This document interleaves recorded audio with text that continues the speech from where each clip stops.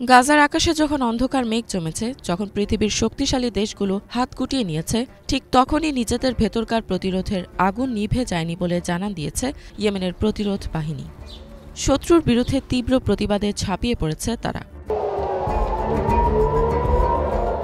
রয়টার্সের এক প্রতিবেদনের তথ্য অনুযায়ী ইসরায়েলের আকাশে সাইরেনের শব্দ বাজতে শোনা গেছে। এই সংকেত যেন জানান দিচ্ছে যুদ্ধের মেঘ আরও ঘন হচ্ছে। গাজার পরিস্থিতি আজ বিধ্বস্ত।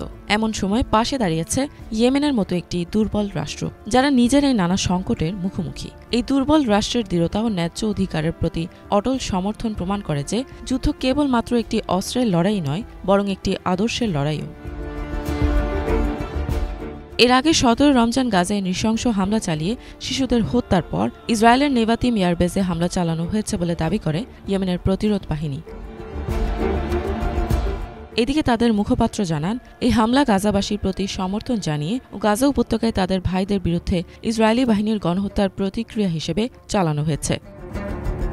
তিনি সতর্ক করে বলেন, আগামী কয়েকদিনের ভেতর যদি গাজায় ইসরায়েলি বাহিনীর আক্রমণ বন্ধ না হয়, তবে তারা তাদের হামলা অব্যাহত রাখবে। তিনি আরও বলেন, গাজায় তাদের ভাইদের গণহত্যা দেখার পর ইয়েমেন নীরব থাকবে না। এছাড়াও তিনি বলেছেন, যতক্ষণ এই অপরাধগুলো বন্ধ হয় ততক্ষণ পর্যন্ত ইয়েমেনের প্রতিরোধ বাহিনী তাদের সমস্ত শক্তি ব্যবহার করে গাজাবাসীর জন্য সংগ্রাম চালিয়ে যাবে।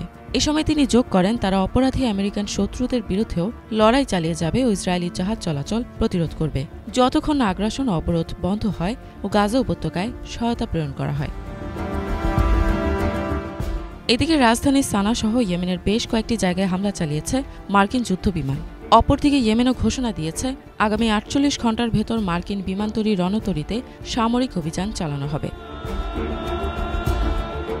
সম্প্রতি ইয়েমেনের প্রতিরোধ বাহিনীর বিরুদ্ধে মার্কিন সেনাবাহিনীকে শক্তিশালী সামরিক অভিযান চালানোর নির্দেশ দিয়েছেন মার্কিন প্রেসিডেন্ট ডোনাল্ড ট্রাম্প। সম্প্রতি ইয়েমেনে ৫০টিরও বেশি মার্কিন বিমান হামলা হয়েছে। প্রতিরোধ বাহিনীর দাবি, বিমান হামলায় নারী ও শিশুসহ অন্তত ৫৩ জন নিহত ও ৫৮ জন আহত হয়েছেন। ২০২৩ সাল থেকে গাজায় গণহত্যা চালিয়ে আসছে ইসরায়েলি বাহিনী। ঠিক তখন থেকেই গাজাবাসীকে সমর্থন জানিয়ে তেল আবিব ও মার্কিনীদের মালবাহী জাহাজে ড্রোন হামলা চালিয়ে আসছে ইয়েমেনের প্রতিরোধ বাহিনী।